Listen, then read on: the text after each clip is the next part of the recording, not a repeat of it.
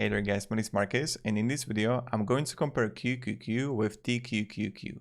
I'm really excited to make this video only because I'm so damn interested in leverage ETFs and how well they are performing.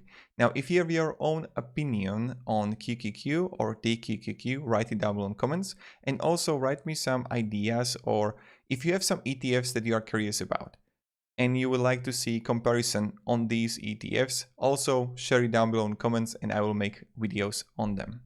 Also, I created a course about how we can make money with ETFs, what are some strategies and the basic, some information about ETFs that are need to know if you are starting out with ETFs. You will find the course down below in the description.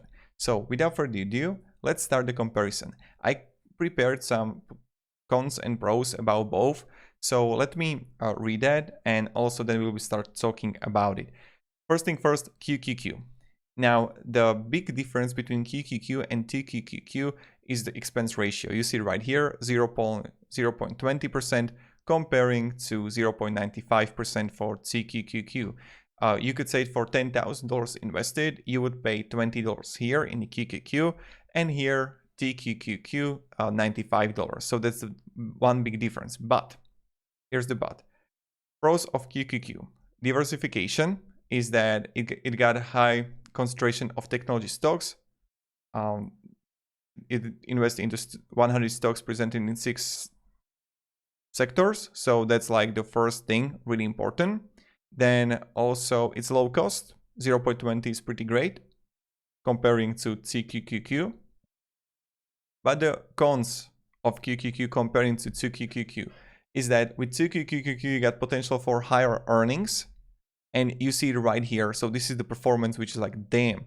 When you compare the performance of 24%, 17 to 3 months period, 6% on QQQ, 70% here, 1 year, 164%.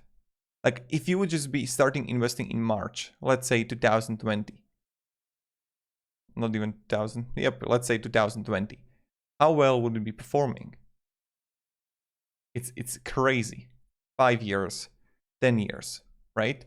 And when we come here and check how well it was performing, you see it's crazy.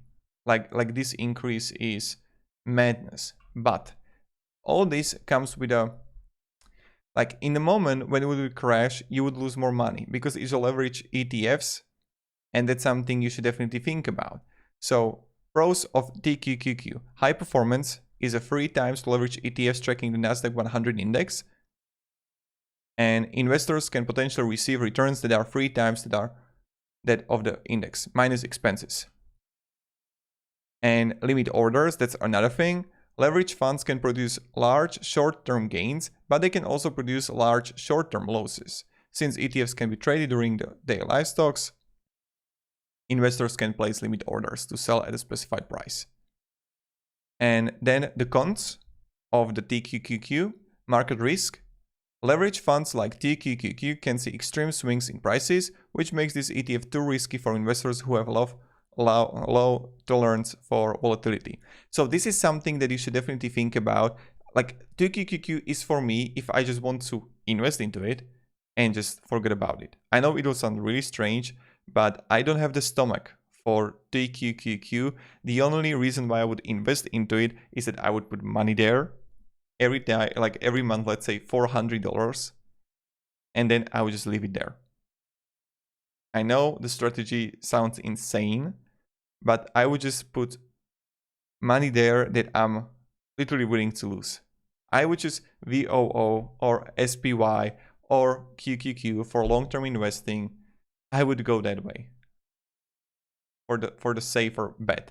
But TQQ, it's really interesting leverage ETF, and I like it. But damn, it's kind of risky. And then expenses, that's another con. Most ETFs have expense ratio below 0.20%, whereas the expenses for TQQQ are 0.95%. So for, let's say, for $10,000, let me show you, for $10,000, you would pay $95 of fee. But when you come here on a TQQ returns and the performance, you see you wouldn't even care about the higher expense ratio. So this, you need to ask yourself if you're willing to put in the risk. TQQQ is amazing if you want to buy it in the dip when there is a crash. I would go heavily in the TQQQ for real, and I would make so much money on it. But that's pretty much it, what I personally see. I like it, I love it, but it's risky. So definitely let me down below in the comments, guys, what's your thought on TQQQ and Qqq, and let me also down below in the comments what are your thoughts on different ETFs that I would need to analyze, and I'm going to create videos on it. And see the portfolio factors here, and when I come here to TQQQ and Qqq,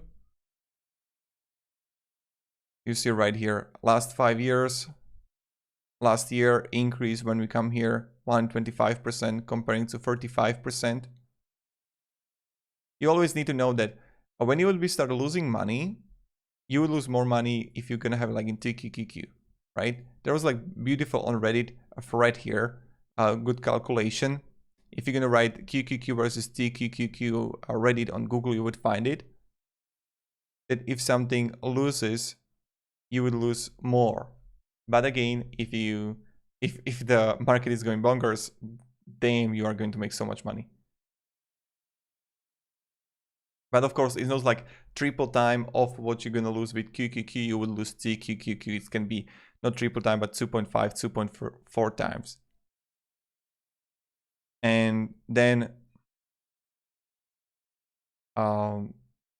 again, TQQQ is amazing, and I would definitely check it out. Is, let's say that you want to do the swing trading, you want to just gonna buy the dips, and then you just like sell it. And this is like really interesting. Look at this. $10,000 invested in TQQQ since inception in 2010 would be worth $1.9 million today. And that's crazy to me. That's really crazy to me. And this is, first, we have to understand what leveraging means. Second, you understand it's about risk versus reward. Third, and very importantly, you have to understand that investing trading is influenced by human psychology. And that's pretty much it.